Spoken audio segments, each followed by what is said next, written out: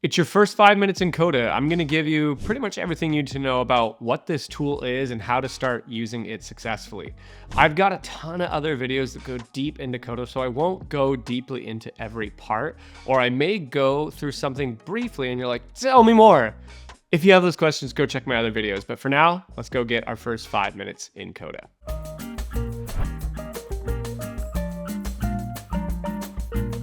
All right, so when we open up Coda, you'll first see this. What you're seeing on my screen right now is called your Workspace. This is similar to Google Drive, right? Google Drive isn't where you actually get your work done. It's simply where you organize and find artifacts or documents or slides, right? Same with our Workspace. I'm not going to get any work done here. This is just the organizational layer where I find what I need to find. So a couple things that we'll see here is if you have multiple workspaces, they'll be on the top. I just have one. And then we have folders. In Coda, there's no nested folders, so you're not going to have folders within folders within folders. Rather, you'll have a My Docs folder, and then you'll be able to create other folders as well. Maybe a folder for sales. You can give it a quick icon like blue and all sales documents. Once you create that folder, you can actually choose to share it here or make it private, right? So I can actually go ahead and give this to anyone on my team, and it works similar to Google Drive. Any documents that exist within this folder are automatically shared with those people. So folders are good not just for organizing the many documents you have, but it helps lead to scaled sharing across teams and permissions and things like that. You can also configure these to be locked as well. Similar to how My Docs is locked, it's not open to anyone. Sales right now is open. All right, let's go back to our docs. Coda is, of course, just a collection of documents. So when you say I use Coda, what that simply means is you have a collection of documents, 1 or 1,000 different documents. You're going to see the different docs that you have here. If you're at your workspace level, you'll see some different things to find the documents you need, such as your shortcuts there. If you start with things that are owned by you, shared by you, and you can sort them in different ways as well. You also have a really expansive search. So that is our workspace layer, but where Coda really gets interesting and where you're actually gonna be using it is not in the workspace, but in a doc. So let's go into a document. We'll create a brand new one in a sec, but let's go into this one called PRD. If you come into Coda, what you're going to see is it's going to be a writing surface similar to what you're used to. Here is, of course, just a writing surface. You can see here I can bold, underline, delete. I can write more text here as well.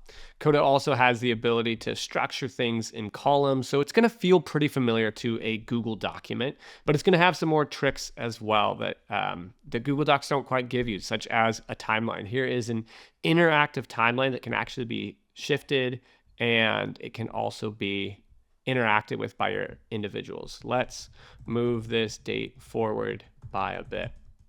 Send. Right, so it's going to give you some interactive elements within tables and things like that as well. You'll find things that are familiar, such as comments. So if your team is connected to comments, you can also comment on different levels of text as well. It is meant to be a pretty familiar surface, so that if you're coming from Google Docs or Microsoft Word or another collaborative document editing surface, you're going to find a lot of the same things. Let's open up now our sidebar and just talk more about what we're looking at. So again, what I am inside of right now is a doc. A doc consists of multiple pages. So you have a workspace that has multiple docs, and you have a doc that has multiple pages. This left-hand sidebar has all of the pages inside of a document. You can make as many or as few as you need. You're also able to nest these inside of one another, and you can kind of infinitely nest as well. So you've got different nesting options. As we look at a page, let's just talk about what a page is real fast. A page just simply has a title. Maybe this is my to-do list.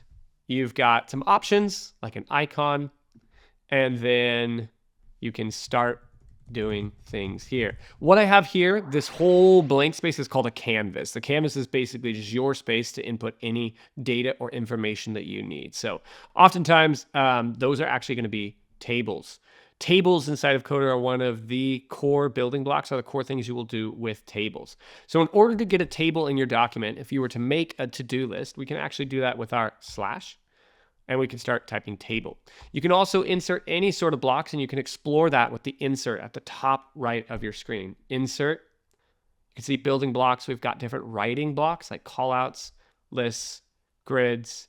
And then of course we have, if we keep going down here, oh, here we go, tables, yay. So I'm gonna drag in a table or slash in a table. I then can call it, it's gonna give me a bunch of these things. You can look forward to those. I'm gonna just keep pushing you through though. Let's get out of here. All right, so what a table is in Coda, just to explain it briefly, is that it is just a collection of rows and columns. It's different than a spreadsheet, and that's important to note. A spreadsheet is just kind of disorganized chaos. There's cells, and you can do anything you want with it. Coda is going to come with a bit more structure to it, right? So if this is a table of tasks, we can give it a task. Every column as well has types. So I might want to call this a person type. And this is the owner of the task itself. You'll see now that I can click myself or others. I can get a date, a due date. Let's put a date on there. I now get a date picker. And then notes, maybe this is just information. And then let's do one more called status, which is going to be a select list. Remember, I may be going through column types quickly, but again, I go a whole other videos through all of this. This is supposed to give you just a brief update on what these are. Let's choose our status one there. And now I've got not started, in prox, done, and blocked. So I got to clean the kitchen and I need to eat a hamburger. All right. The beautiful thing about Coda and Coda tables, and this is really where things start getting magical, is you can make things called views. So I can take this, eat a hamburger, first got, and this is due on this date. I can create views that all my data within the doc is connected. So let's make another page called blocked tasks. So maybe I just want to focus in on the tasks that are blocked. I can create what is called a view of that table I just made.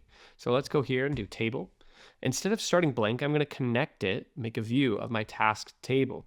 I'm going to call this block tasks. You'll see that right now it contains, of course, tasks that are not blocked. But I'm going to go ahead and put a filter on this table. And I'm going to filter it where the status is blocked.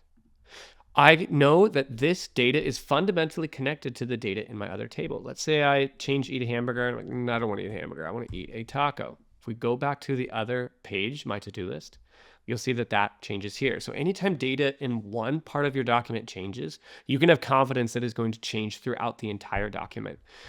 You can come here, that's blocked. And you can see here too, if I make another task that is called vacuum, and I assign it to myself again, and I put it as blocked, that will instantly show up in my blocked tasks space.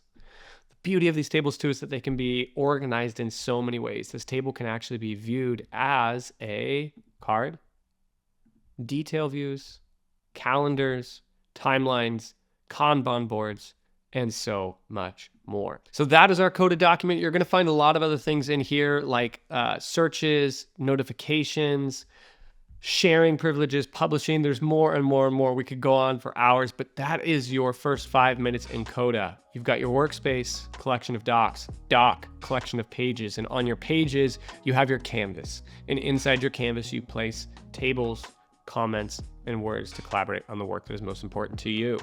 Check out the other videos that I have if you want to continue learning more about what Coda is, how and where to use it in your work, or if there's a video that I don't have, a topic that you have questions about, let me know in the comments below and we can cover that.